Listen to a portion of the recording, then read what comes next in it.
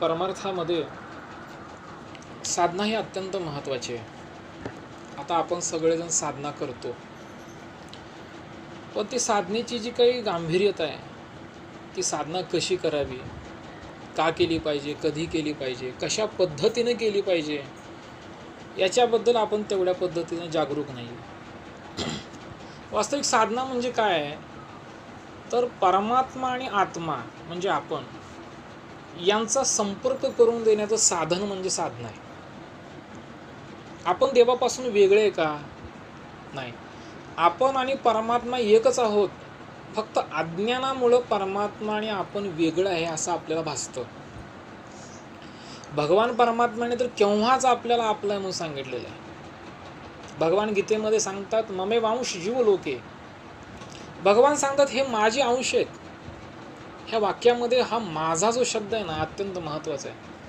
विचार करा, ब्रह्मांडाचे मालक आपल्याला आपलं आहे म्हणून सांगतात. हे सगळे जीव आहेत ना, माझे अंश आहेत असं म्हणतात भगवान. माझे म्हणजे आपण सगळे कोणाचे आहे? त्या परमात्म्याचे. हे परमात्म्यानं केव्हा सिद्ध करून दाखवलेलं आहे. तो भगवान म्हणायला तयार आहे की हे सगळे माझे आहेत. दुर्दैव फक्त हे आहे की आपण कधी परमात्म्याला म्हणत नाही की परमात्मा माझा आहे. भगवान बोलून बसले, पण आपण अजूनही बोललेलो नाही आहे. भगवान आणि आपण वेगळे नाही आहे. त्यांच्यापासून आपण लांब नाही आहे. ते आपल्या जवळच आहेत. फरक फक्त एवढा आहे की त्या परमात्म्याचा आणि आपला संपर्क होत नाही आहे. काही अज्ञानामुळं म्हणा, काही दोषामुळं म्हणा, त्यांचा आणि आपला संपर्क होत नाही. म्हणूनच तो संपर्क होण्याकरता जो काही अट्टास करावा लागतो, जो काही प्रयत्न करावा लागतो, त्या प्रयत्नालाच साधना असं म्हणतात. आता काहींनी सांगितले साधना अवघड आहे. काही साधना अवघड असतात, काही साधना सुलभ असतात. जगदवंदनी तुकोबारांनी सांगितलेलं आहे, साधना सोपी आहे. तुका म्हणे सोपे आहे सर्वाहुनी, शहाणा तो धनी घेतोय. ते तुकोबाराय म्हणतात सगळ्यात सोपं आहे, सगळ्यात सोपं. होय, सगळ्यात सोपं आहे, मान्य आहे. पण इतकंही सोपं ते नाही आहे. सोपं आहे, पण आपल्याला इतकं सोपं पाहिजे असतं की ते सोप्यापेक्षा सोपं आपल्याला पाहिजे असतं, पण इतकं सुद्धा सोपं मिळत नसतं. तर व्यवहारामध्ये एखादं उदाहरण द्यायचं म्हणलं, एखाद्या माणसाला काही कष्ट न करता जर त्याला जेवण मिळत असेल तर हे त्याला काय झालं, सोपं झालं का नाही? बरं, काही कष्ट न करता एक वेळ कोणीतरी जेवायला खाऊ घालेल, हे सोपं आहे. बरं, काही कष्ट न करता कोणीतरी वाढूनही देईल, हेही सोपं आहे का नाही? काय कर्म आहे का त्यात, कष्ट आहे का काय? नाही. पण वाढलेलं खावावं तरी लागेल का नाही हाताने? तेवढा तरी अट्टास करावा लागेल का नाही? का तरी अट्टास करायचं नाही? बरं ठीक आहे, कोणीतरी आम्हाला चारेल सुद्धा, बरोबर आहे? कोणीतरी आम्हाला ताटातला घास मोडून आमच्या तोंडामध्ये घालेल, ठीक आहे, आम्ही बरं चावावं तरी लागेल का नाही? का तेही समोरच्यानं चावून देईल खायला आपण? होईल का असं कधी? तसं तुकोबाराय म्हणतात सगळ्यात सोपं आहे. होय, सगळ्यात सोपं आहे, मान्य आहे. हठयोगापेक्षा, योगापेक्षा, ध्यानापेक्षा, समाधी, ह्या सगळ्यापेक्षा नामसाधना ही सोपी आहे, पण इतकीही सोपी नाही. थोडं तरी तुम्हाला कर्म करावं लागेल का नाही? थोडी तरी क्रिया करावी लागेल का नाही? चारणारा तुमच्या तोंडामध्ये हात घालायला तयार आहे, घास घालायला तयार आहे, पण चावावं तर तुम्हालाच लागेल ना. तेवढा तरी अट्टास करावा लागेल. त्याच अट्टाहासाला एक प्रयत्न म्हणतात आणि त्याच प्रयत्नाला आपण साधना म्हणतो. नाथबाबा सांगतात, करा रे बापानो साधन हरीचे. करा, केल्याशिवाय पर्याय नाही. त्या परमात्म्याला प्राप्त करायचं असेल तर साधना ही करावीच लागते. आणि ती साधना जर तुम्हाला जमत नसेल तर बाकी काही तुम्ही करा, त्याच्याने समाधान तर प्राप्त होणारच नाही, तर परमात्मा तर लांबची गोष्ट आहे.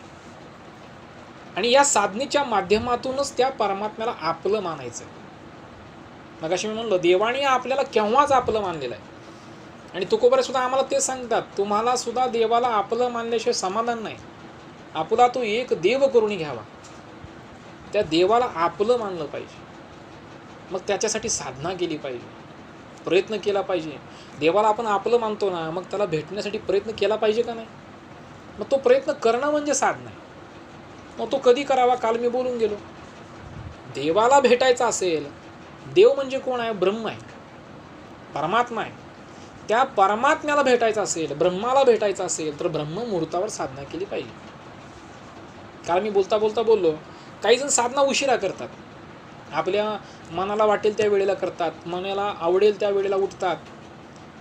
पण मी काल तेच वाक्य बोललो, देवाला सवडीचा नाही आवडीचा परमार्थ आवडतो. देवाला आपण आपलं मानायचं आहे ना, तर देवाच्या नियोजित वेळेमध्ये आपण साधना केली पाहिजे. काल तेही बोललो, काळ वेळ नाम उच्चार येता नाही. काही जण असं म्हणतील की बाबा असं कुठं लिहिलंय का, साधना ही कधीही केली पाहिजे, बोलावा विठ्ठल, पाहावा विठ्ठल, करावा विठ्ठल जीव भावे, किंवा हरी बोला गाता हरी बोला खाता, हे सर्व मान्य आहे. पण हे सगळ्याची सुरुवात ही ब्रह्ममुहूर्तामध्ये झालेली योग्य आहे. कारण तुमचं हरी बोला खाता हरी बोला खाता दुपारी 3ला पण चालू होईल, त्याला मान्यता नाही ना. हे हरी बोला गाता हरी बोला खाता हे पहाटं झालं तर फार योग्य आहे. तुमच्या साधनेची सुरुवात ही ब्रह्ममुहूर्तामध्ये झाली पाहिजे. मी म्हणत नाही ब्रह्ममुहूर्ताच्या सुरुवातीलाच झाली पाहिजे, ब्रह्ममुहूर्ताच्या शेवटी ब्रह्ममुहूर्त संपायच्या आधी तरी तुम्ही साधना चालू करू शकता का नाही, केली पाहिजे.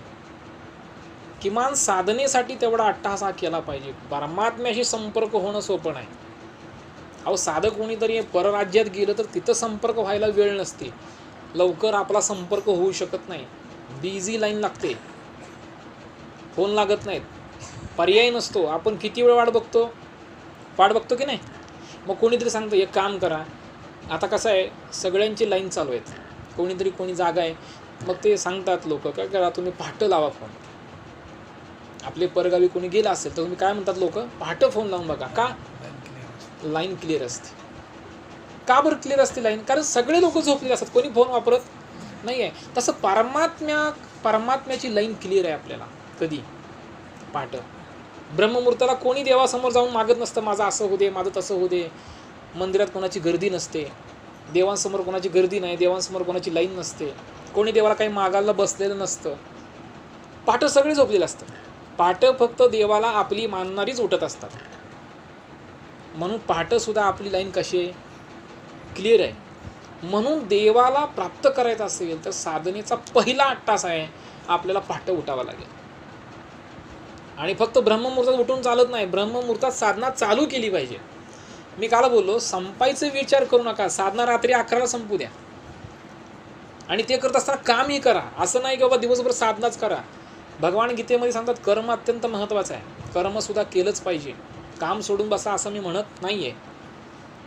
साधना करा, पहाटेपर्यंत साधना करा, सूर्योदय होऊ द्या, साधना करा, जेवण वगैरे करा, काम करा, कामाला जा, कामावरून आल्यानंतर उरलेली साधना करा. पण त्या साधनेची सुरुवात ही ब्रह्ममुहूर्तालाच झाली पाहिजे.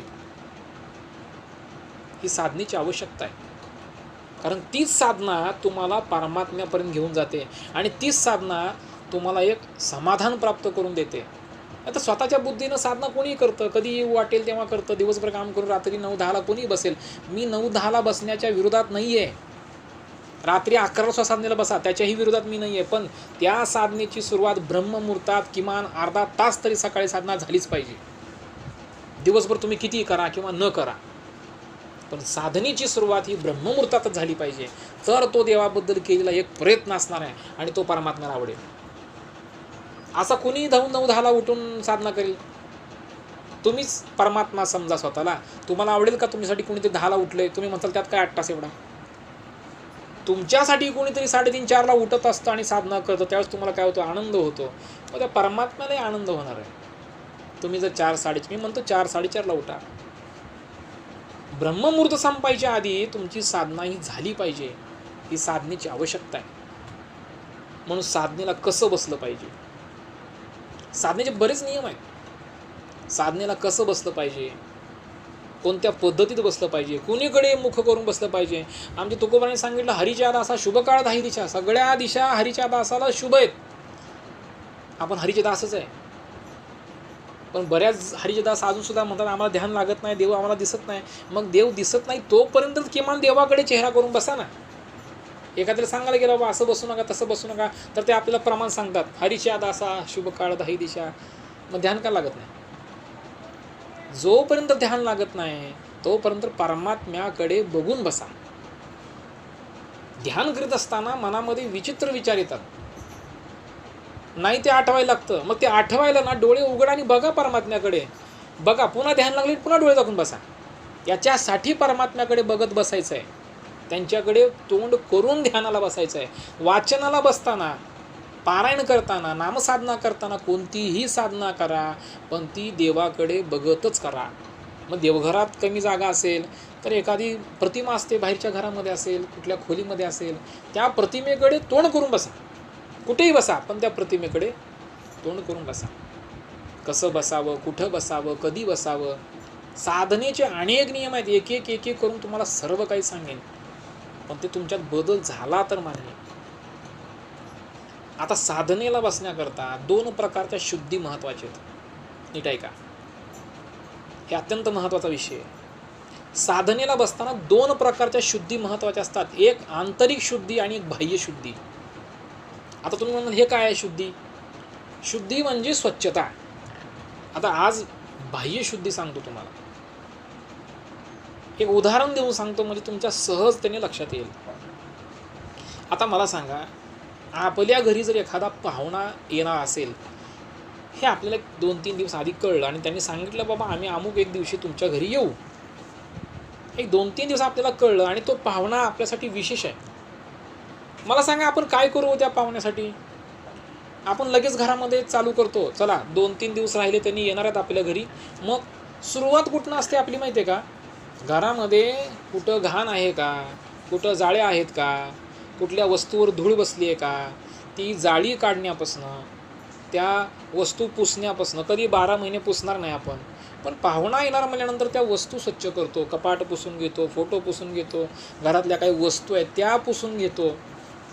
बरं एवढंच नाही, त्या पाहुण्या रावळ्यांना काय आवडतं याची चौकशी करून, त्या दिवशी येणाऱ्या दिवशी नाश्त्याला काय पाहिजे, ते काय खातील, याच्या भाज्या आपण 3-4 दिवस आधीपासून आणायला सुरुवात करतो. बरोबर ना? हा अट्टास आहे आपला. कोणासाठी? पाहुण्यांसाठी. का? पाहुणे नाराज होता कामा नये. एक पाहुणा प्रसन्न व्हावा म्हणून 2-3 दिवसापासून आपला अट्टाच चालू असतो. त्यांच्यासाठी आवडत्या भाज्या आणतो. बरं त्याच्यामध्ये अजून ठरवतो, बाबा ही भाजी कुणी करायची? घरातल्या एखाद्या माणसाला ती चांगली जमती तर ती भाजी तूच कर. भात कोणी करायचा? हां त्यात तो तज्ज्ञ आहे, तो तूच कर. का? तर तो चांगलाच झाला पाहिजे. पण तेवढंच नाही, ज्या दिवशी ते येणार त्या दिवशी आम्ही काय करतो, घरातल्या सगळ्या फरशा धुवून घेतो. घरामध्ये फरशा असेल तर धुवून घेतो. जुनी काळातले लोक सारवून घ्यायचे. करतो का नाही आपण? एवढंच नाही, घरामध्ये जो बेड किंवा पलंग असतो का, त्याच्यावरचं आपण सगळं टापटीपपणाने ठेवतो. रोज कसं पडलेलं असतं इकडं तिकडं, त्याच्यावरची ती काही बेडशीट वगैरे असतं ना, ते सगळे आपण व्यवस्थित टापटीप अंतरून ठेवतो. त्या उशा वगैरे सगळं टापटीप ठेवतो. मुलांची बॅगा वगैरे पडल्या असतील तर उचलून आपण कुठेतरी गपचूप नेऊन ठेवतो. सगळं काही विचित्र.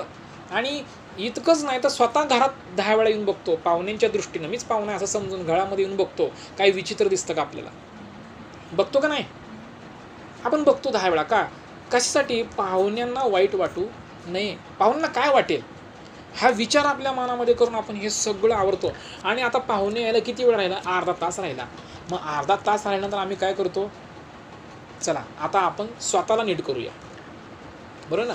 मग स्वतःला नीट करण्यापूर्वी काय करतो, घरामध्ये आता काहीतरी पाहुणे आले वगैरे, मग त्यांना वास वगैरे, घरामध्ये काहीतरी घाणीचा वास वगैरे आला तर येऊ नये म्हणून आम्ही काय करतो, काहीतरी सुगंधित अत्तर वगैरे घरामध्ये कोपऱ्यामध्ये शिंपडून ठेवतो, मारून ठेवतो. का? पाहुण्यांना आल्यानंतर त्या वासानं जरा बरं वाटावं. लाईट लावून ठेवतो, दिवे लावतो चांगले, फॅनची सोय करून ठेवतो, गार हवा वगैरे सगळं करून ठेवतो आम्ही. कोणासाठी चाललं आहे सगळं? पाहुण्यांसाठी. बरोबर आहे. बरं आल्या आल्या काय द्यावं हे सगळं सोय आहे. हे सगळं केल्यानंतर पाहुणे यायला थोडा वेळ राहिला म्हणलं की आम्ही काय करतो, पटकीनं आम्ही काय करतो, काही जण आंघोळ करतात, काही जण फ्रेश होतात मस्त मध्ये तयार होऊन. बरं कपडेसुद्धा आपण काय करतो, जुने घालतो का मळकटलेले फाटलेले, का रोजच्या वापरातले असतात का? नाही. पाहुणे येणार म्हणल्यानंतर आम्ही विशेष कपडे घालतो. एक 10 ड्रेस असतील, 10 साड्या असतील. पुरुष काय करतात, 10 मधला जो विशेष आहे ते घालतात. महिलासुद्धा काय करतात, 10 मधली विशेषच घालतात. कशासाठी? पाहुण्यांना बरं वाटावं म्हणून. बरं हे सगळं करतात. बरं विशेष नटतात त्या दिवशी पुरुष मंडळी आणि महिलासुद्धा. का? पाहुण्यांना बरं वाटावं म्हणून. मग गंध लावताना कसा तरी लावतो का? नाही, विशेषच लावणार, 10 वेळा बघणार. एवढंच नाही, पाहुणे दारात आले तरी आम्ही बघणार, गंध लावणार व्यवस्थित. ही झाली सगळी गोष्टी आहे. पण एवढंच नाही, पाहुणे आले का, पाहुणे आल्यानंतर घरात कितीही कलह असला, एक 10 माणसं घरामध्ये असली, असं घर नाही जगात जिथं वाद नाही. कोणीतरी कोणाशी बोलत नसतंच, कोणाचं तरी कोणाशी पटत नसतंच. पण पाहुणे आले म्हणले का, एकमेकाला न बोलणारे सुद्धा पाहुण्यांसमोर एकमेकाला बोलायला लागतात. का? पाहुण्यांना बरं वाटावं म्हणून. कितीही आपापसातले वाद असले तरी पाहुण्यांसमोर आम्ही वाद दाखवतो का? नाही. पाहुण्यांना वाद आपला आहे का नाही हे कळू नये याच्यासाठी खोटं का होईना बोलतो, हसून हसून बोलतो. बळेच एवढा हसू तोंडावर आणतो आपण. कशासाठी एवढा अट्टास? पाहुण्यांना बरं वाटावं म्हणून. बरं, हेच इतकंच नाही बरं का, पाहुणे येणारा म्हणल्यानंतर 2-3 दिवस आधी आपली चर्चा चालू असते. मुलाबाळांना कसं बोलायला शिकवायचं, आपण कसं बोलायचं, मोठ्या आवाजात बोलायचं नाही, शांत आवाजात बोला, पाहुणे येणार आहेत. आणि आपण सुद्धा स्वतःला म्हणतो 2 दिवस जरा शांत बोला, कोणी कोणाशी वाद घालू नका. घरातली मुख्य माणसं सांगतात, कोण काय बोललं तर तिथंच सोडून द्या, लागून पडू नका, वाद घालू नका. हे आपलं सगळं ट्रेनिंग चालू असतं पाहुणे यायच्या आधी. आणि पाहुण्यांसमोर जर एखादं काहीतरी आपल्या हातून पडलं आणि फुटलं, पाहुणे नसताना किती कालवा होतो की नाही? अख्खं घर आपण डोक्यावर घेतो. पण पाहुण्यांसमोर जर एखादी गोष्ट पडली तर आपण काय म्हणतो, राहू दे, काय असतं त्याला, राहू दे. होतं की नाही असं? हे सगळं कशासाठी आहे? पाहुण्यांना बरं वाटावं. बरोबर आहे? आपल्यात किती जरी वाद असले तरी आपण पाहुण्या रावळ्यांसमोर एकमेकाला बोलतो, एकमेकाकडे बघून हसतो, एकमेकांची विचारपूस करतो. आपल्या मनामध्ये असलेले अनेक भांडण, तंटे, वाद विवाद हे सगळं आम्ही काय करतो, विसरून जायला तयार होतो. काही काळापुरता आपला अहंकार आपण टाकून द्यायला तयार होतो, आपला राग आपण विसरून जातो, आपण काय आहे हे विसरून जातो. सगळ्या गोष्टीला आपण विसरायला तयार आहे का? फक्त पाहुण्यांना बरं वाटावं म्हणून. बरोबर आहे? बरं, पाहुणे बसल्यानंतर कधीतरी पाहुणे आपल्याला काहीतरी एखादी भाजी घ्या म्हणतात, आपल्याला ती आवडत नसते, पण आपण काय करतो, आता जाऊ दे, पाहुणे म्हणतायत ना, ठीक आहे, पाहुण्यांना बरं वाटावं म्हणून आपण तेही करायला तयार आहे. कपडे चांगले घालतो, गंध चांगला लावतो. बरं, पाहुण्यांसमोर गप्पा मारायला किती वेळ, तासन तास बसतो. एरवी आम्हाला असं ध्यानाला बसा म्हणलं की मुंग्या येतात पायाला, पण 2-2 तास पाहुण्यांशी बोलताना आम्हाला मुंग्या येत नाहीत, तरी आम्ही बसतो. का? पाहुण्यांना बरं वाटावं म्हणून. तर पाहुण्यांना बोलताना झोप येत नाही, पाहुण्यांना बोलताना कंटाळा येत नाही. ह्या सगळ्या गोष्टी होतात. मला सांगायचा मुद्दा काय आहे, पाहुणे यायचे म्हणलं ना, आपण घरातलं बाह्य वातावरण सगळं शुद्ध करून घेतो की नाही? साधा पाहुणा काय देणार तुम्हाला? काय देणार? काय 4 माणसात सांगेल त्यांचं कुटुंब चांगलं आहे, त्यांची घरची माणसं चांगले, तुमचंच येणार, तुमचंच खाणार, खाऊ द्या, खाण्याबद्दल अन्नदान चांगलंच आहे, पण तो देणार काय तुम्हाला? फक्त म्हणेल हां अमुक अमुक कुटुंबीय लोक चांगली आहेत, त्यांचा अट्टास करा, मी करू नका असं म्हणत नाही, करीत राहा, चांगलं काम आहे, अतिथो देवो भव, करा. पण एक मुद्दा मला सांगावासा वाटतो, थोडं लक्षात घ्या आपलं काय चुकतं. संसारातल्या गोष्टी करीत असताना इतका मोठा भला मोठा अट्टास आपण करतो, पण हातात काहीच येत नाही, काहीच आलेलं नाही आहे. एक पाहुणा प्रसन्न करण्याकरता जर 4 दिवस अट्टास करावा लागत असेल, तर परमात्मा प्रसन्न करण्याकरता किती अट्टास करावा लागेल याचा विचार कधी केलाय का? नाही केला, आणि अशाच साधनेला लागलोय आपण. मग कसं समाधान मिळणार? मिळणार आहे? नेमकं चुकतंय कुठं आपलं, कळलं का? आज आपल्या घरी परमात्मा येणार आहे. तुम्ही म्हणाल कधी येणार? कधी येऊ शकतो तो, कधी. आज आत्ता तुम्ही बोलवलं साधनेला बसा, तो येईल, काय सांगता येतं? त्याच्या मनात आलं तर तो येऊन जाईल. पण तुम्ही कधी बसताय का साधनेला? परमात्मा येईल या भावनेनं तुम्ही कधी बसताय का? पाहुणा येणारच 2-3 दिवसानं, हा तुम्हाला जसा ठाम विश्वास आहे, तसा परमात्मा तुमच्या घरी येणार आहे हा ठाम विश्वास तुम्हाला किती वेळा वाटला कधी? मग कशाला येतोय तो? पाहुणा येणार हा जेवढा विश्वास आहे, तेवढा परमात्मा येणार हा विश्वास तुम्ही दाखवला का कधी? बरं, आता जरी दाखवलं नसेल तर इथून पुढे दाखवा. ठरवा तुम्ही, परमात्मा येईल, कधी येईल सांगता येत नाही. रोजचा दिवस परमात्मा येणार आहे, मग रोजचं घर कसं पाहिजे आपलं? रोजचं घर टपटिपच पाहिजे. रोजच्या घरातल्या जाळ्या काढून टाकल्या पाहिजे, घाण काढून टाकली पाहिजे, स्वच्छच केलं पाहिजे घर. एवढंच नाही तर स्वतःला सुद्धा स्वच्छ केलं पाहिजे, स्वतःसुद्धा आनंदात राहिलं पाहिजे. एका साधकाने फोन केला, महिन्याखालची गोष्ट आहे. त्याने सांगितलं म्हणे महाराज साधनेला बसताना फॅन लावावा का नाही लावावा. मी म्हणलं लाव ना, काय असतं त्याला. नाही ते म्हणलं आमचे वडील म्हणतात की साधनेला बसताना फॅनची काय गरज आहे. मी म्हणलं साधनेला बसताना फॅन लाव बिंदास. का तर घाम जर येत असेल आणि त्या घामामुळं जर तुमचं चित्त चंचल होत असेल तर फॅन लावायला हरकत काय. लावा, तुमच्या घाम येऊ नये याची काळजी तुम्ही घ्या. का माहिती आहे का, पाहुण्यांसमोर आपण स्वतःला घाम येऊ देतो का. का त्या घामाचा वास पाहुण्याला जाऊ नये. तुमच्या घामाचा वास परमात्म्याला येऊ नये. परमात्मा येणार हा ठाम विश्वास पाहिजे. परमात्मा समोर येणार आहे या गोष्टीचं गांभीर्य मनामध्ये घेऊनच तुम्ही साधनेला बसा. पाहुणा येणार म्हणल्यानंतर जेवढा अट्टास आहे का तेवढा परमात्मा येणार म्हणून अट्टास करून बसा. पाहुणा येणार म्हणल्यावर कसं तरी आपण गंध लावतो का, नाही, व्यवस्थित लावतो ना. मग परमात्मा येणार म्हणून तसाच गंध लावून बसा. मला बरेच महाराज लोक विचारतात, काय महाराज तुमचं नेहमीच. हां असतं नेहमीच, परमात्मा नेहमीच येतो, काय करायचं. कोणीतरी काय करतं, सकाळी लावलं की संध्याकाळी लावत नाही. कोणीतरी काही गंधच नसतात काही जणांच्या कपाळाला. काही जण साधनेला कुठलेही कपडेच बसतात. एक लक्षात ठेवा, परमात्म्याची साधना करत असताना मी तुम्हाला म्हणत नाही नवीन कपडे घाला, पण त्याची साधना करण्यासाठी एक ठराविक कपडे बाजूला असावे. त्याच कपड्यांनी साधना केली पाहिजे. परमात्म्यासाठी तुम्ही एवढं करू शकत नसाल तर तुमचा अट्टास नाही आणि ती साधना नाही. तेवढं तरी केलंच पाहिजे. अहो त्याच कपड्यावर खायचं, त्याच कपड्यावर झोपायचं, त्याच कपड्यावर बाहेर जायचं आणि त्याच कपड्यावर साधना. तशी चालते पण त्यासाठी तसा साधक बी लागतो.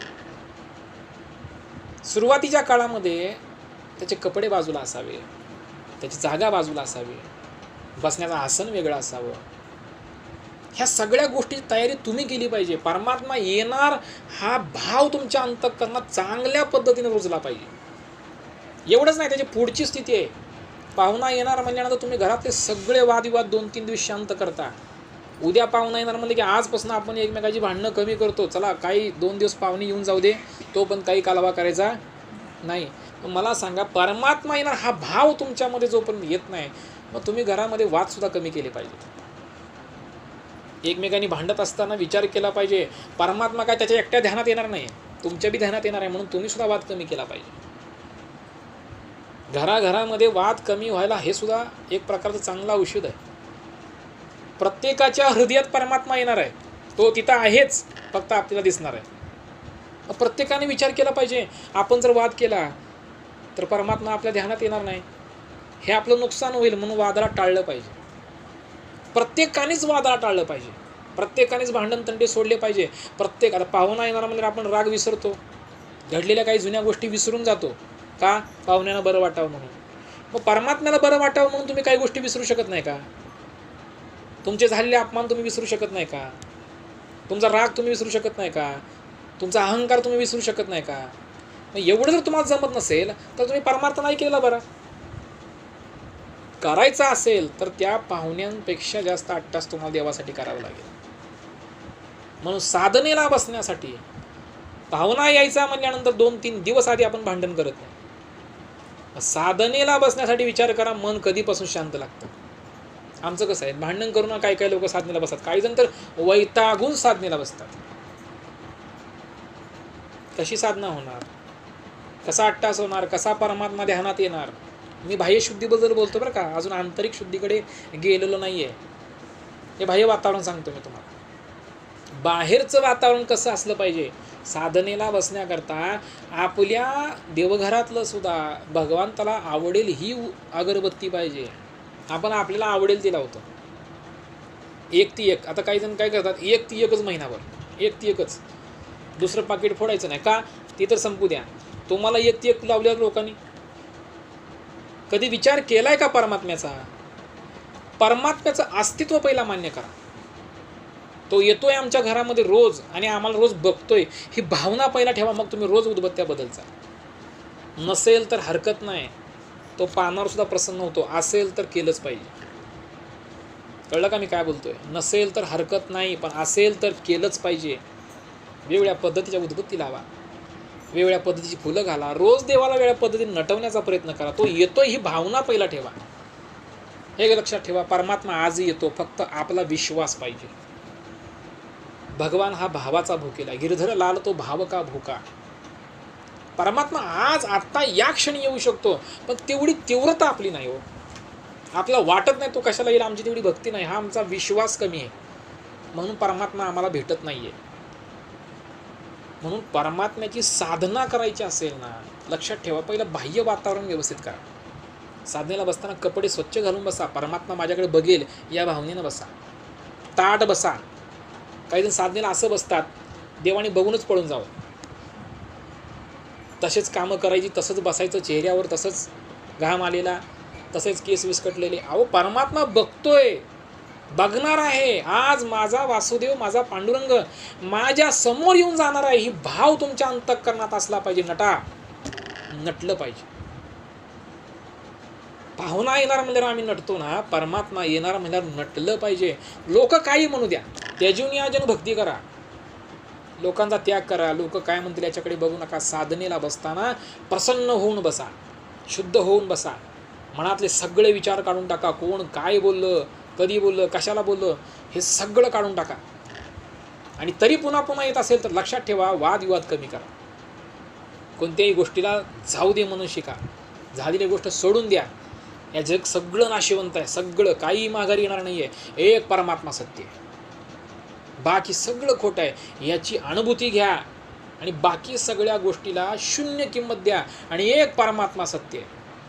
आणि हे आयुष्य एकदाच मिळतं, परत मिळत नाही. झालेला 1 तास सुद्धा परत माघारी येत नाही. ही भावना तुमच्या अंतःकरणामध्ये चांगली दृढ करा आणि साधनेला लागा. बाह्यशुद्धी करा. आसन चांगलं बघा, बसण्याची जागा चांगली बघा. ज्या आसनात बसताय, कुठलं पद्मासन घाला, कुठलं असं काही तुम्हाला बंधन नाही, कुठल्याही आसनात बसा. ज्या आसनामध्ये तुम्ही तासन तास बसू शकता, ते सोपं आसन घालून बसा. बस, याच्यापेक्षा सोपं काय सांगावं अजून.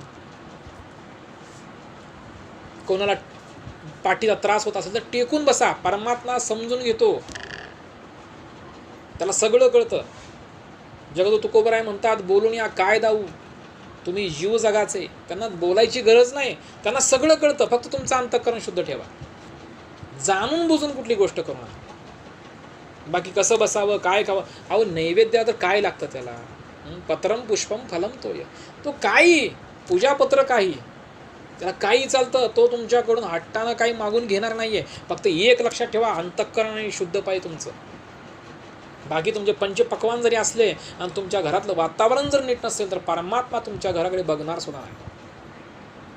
म्हणून साधनेची पूर्तता करायची असेल तर पहिल्यांदा बाह्य वातावरण शुद्ध करा.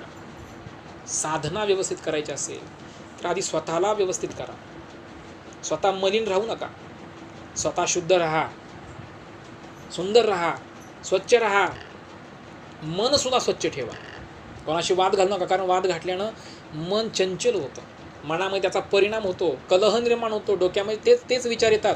मग साधना करा, पारायण करा, ज्ञानेश्वरी वाचा, गाथा वाचा, भागवत वाचा किंवा नामस्मरण करा, काही करा, वाचन फक्त चालू असतं, माळा फक्त फिरत असतात, पण डोक्यामध्ये झालेले वाद घुमत असतात. म्हणून साधनेला बसताना नितळ शांत मन असावं. म्हणून मी मगाशी मुद्दा म्हणून बोललो, साधनेची वेळ ब्रह्ममुहूर्ताची का, तर झोप झालेली असते, डोक्यामध्ये काही विचार नसतो. म्हणून साधनेची सुरुवात तिथं करा.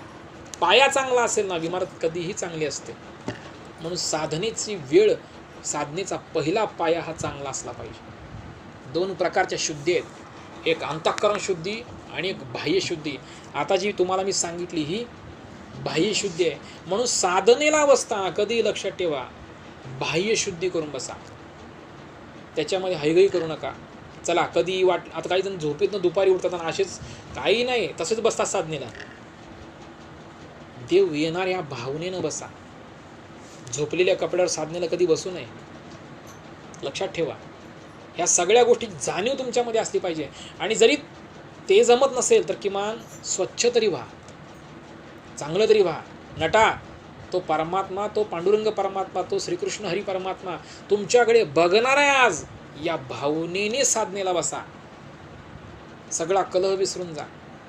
घरातलं वातावरण शांत ठेवा. कोणाशी काही बोलू नका. मौन राहा. शांत वातावरण ठेवा. झालेल्या गोष्टी सोडून द्या. या सगळ्या गोष्टी तुमचं बाह्य वातावरण शुद्ध करतात. एक लक्षात ठेवा, जोपर्यंत बाह्य वातावरण शुद्ध होत नाही तोपर्यंत अंतःकरणातलं वातावरण शुद्ध होत नाही. म्हणून साधनेसाठी बाह्य वातावरण सुद्धा अत्यंत महत्त्वाचं आहे. म्हणून ज्याला वाटतं आपली साधना चांगली व्हावी त्यानं आधी साधनेसाठी बाह्य वातावरणाची शुद्धी केली पाहिजे.